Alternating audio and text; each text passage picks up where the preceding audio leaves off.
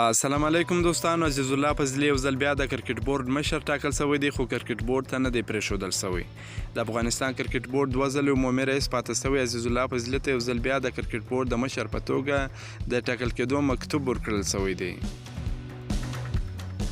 د ځینو سرچینو په وینا چې عزیز الله فضلي د عمومي رئیس په توګه د ټاکل کېدو له مکتوب سره کرکټ بورډ ته ورغلی، خو هغه له دروازې دننه نه دی پرېښودل سوی. د کرکټ مشهوره خبریال جعفر هاند هم په دې اړه لیکل کړي دي، خو هغه وایي د کرکټ بورډ مسؤلینو دا خبره رد کړه او اوازه یې وګڼله. د یادولو وړ ده چې عزیز الله فضلي 2 ځله د کرکټ بورډ عمومي رئیس ټاکل سوی دی، خو دواړه ځلې بیا ژر د هغه پر ځای بل څوک مقرر سوی دی.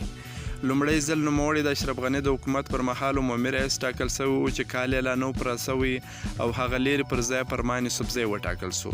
له سکوت وروسته نوموړی یو ځل بیا د سرپرست عمومي رئیس په توګه ټاکل سوی و، خو څو میاشتې دننه کې لیرې او پر ځای میرویس اشرف عمومي رئیس وټاکل سو. که مو دا ویډیو خوښه سوي ویډیو در سره لایک کړئ، که په دې چینل کې نوی یاست د چینل هم در سره سبسکرایب کړئ. د نور تازه معلوماتو لپاره هم زموږ سره اوسئ. تر بلې ویډیو پر د الله په امان.